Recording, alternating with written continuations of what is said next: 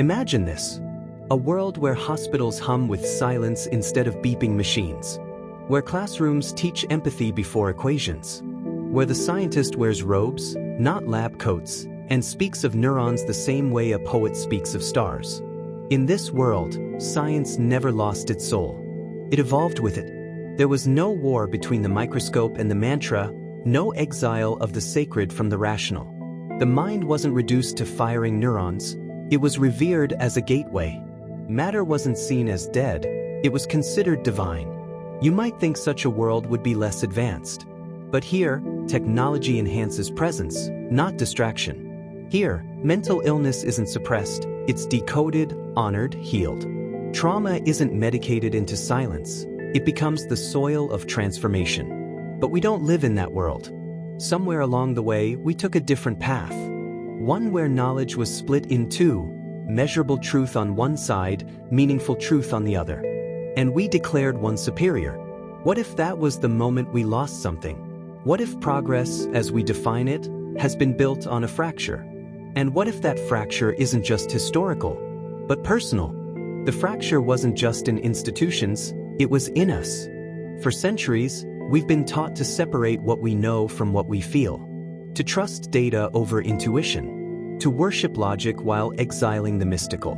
But beneath that binary, something festered, a quiet dismemberment of the self. Carl Jung once wrote, "Science is the tool of the Western man's rational mind, but not of his soul." And perhaps that's the core of it. We became brilliant machines of thought, but strangers to our own depths. The philosopher Schopenhauer believed that will, not reason, is the primary force of the universe. Yet modern science built its empire on the illusion that human beings are merely rational actors, predictably reacting to inputs, that our inner world is noise, that our longing for transcendence is a glitch, not a guide. We began to distrust wonder. We sterilized mystery. We anesthetized meaning. As a culture, we outsourced our identity to credentials, institutions, and formulas. The spiritual became superstition. The unseen became irrelevant. The soul? Obsolete. And in that process, we lost not just a worldview, we lost ourselves. The part of us that aches for connection but doesn't know why. The part that cries during music but can't explain it.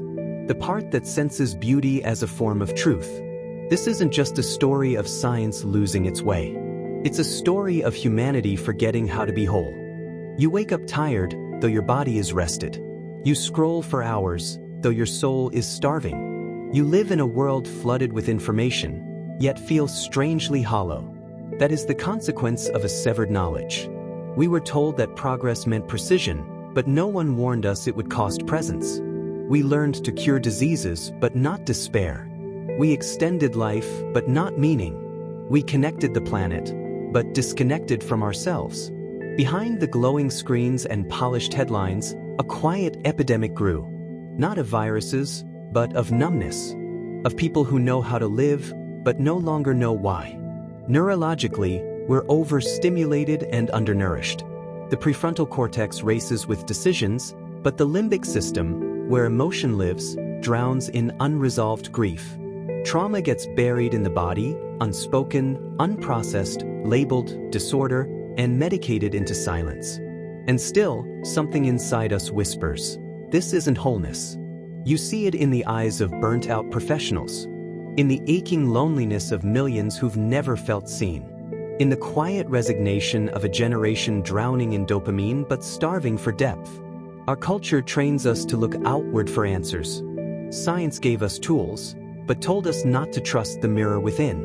We built empires of intellect, while the soul was evicted from the conversation. But the soul doesn't vanish. It waits. And it wounds us, gently and persistently, so we'll finally ask the question we've avoided. What did we abandon in the name of certainty? To break free is not to reject science. It is to remember that science, in its purest form, was always meant to serve the soul. The rebellion begins not in protest, but in perception. It begins when you stop asking only, "What's the evidence?" and start asking, "What does this mean to the human spirit?" When you stop seeking only measurable progress and start seeking coherence between your thoughts, your body, and your deeper knowing. Nietzsche once said, "He who has a why to live can bear almost any how." But modern systems gave us the how and robbed us of the why.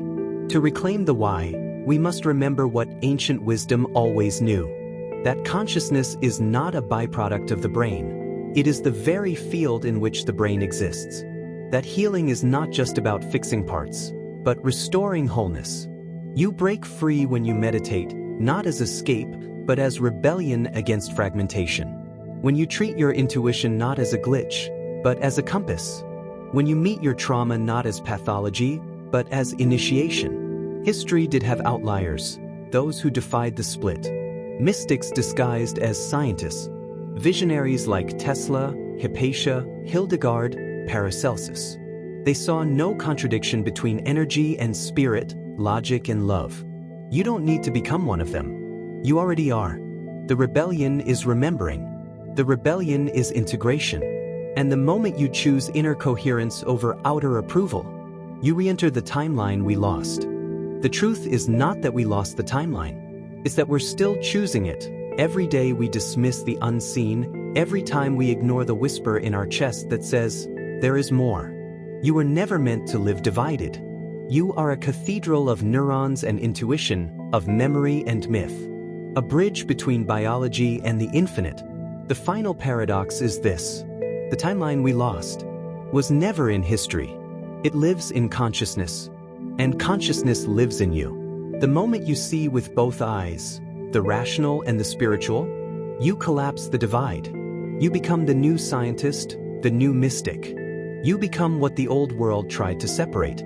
So ask yourself now, quietly, what timeline are you living in? And more importantly, are you ready to return to the one we left behind?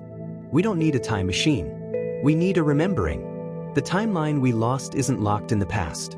It's a state of mind, a field of consciousness, a way of being, waiting to be lived again.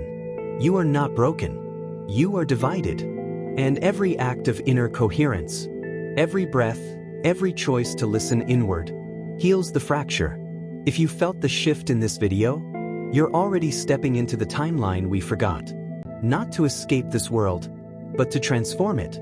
If this truth resonates with you, subscribe to remember. Subscribe to return. Subscribe, because the future begins within.